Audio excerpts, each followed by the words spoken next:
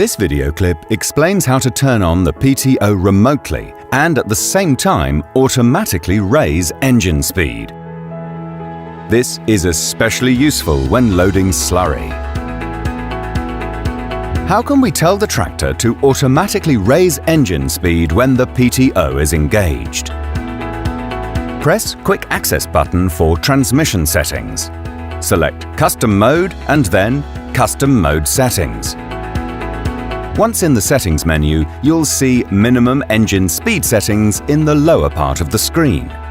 In that case, we're going to use it to increase engine speed when PTO is engaged from the fender remote control. Select the appropriate minimum engine speed and make sure Minimum Engine Speed Trigger for PTO is on. If you want to engage the PTO with the fender controls, open the PTO page and turn on Remote PTO Enable. This enables the PTO button on the fender.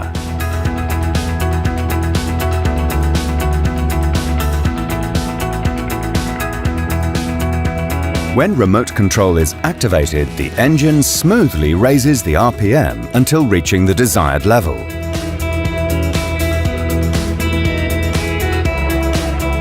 Press again and the engine goes to idle and PTO stops. This is especially useful to save fuel.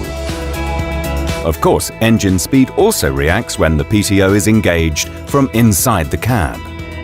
The minimum engine speed settings can also be used to raise engine speed automatically when the hitch is lowered or when an SCV is operated. Just turn on the respective minimum engine speed triggers in the custom settings. Don't be afraid to try it. With Reset to Default, you restore custom to equal auto mode behavior and start from there again. I hope you enjoyed the video. Do you have questions or proposals for further tutorial videos? Then leave a comment in the comment box and we'll try to make it happen.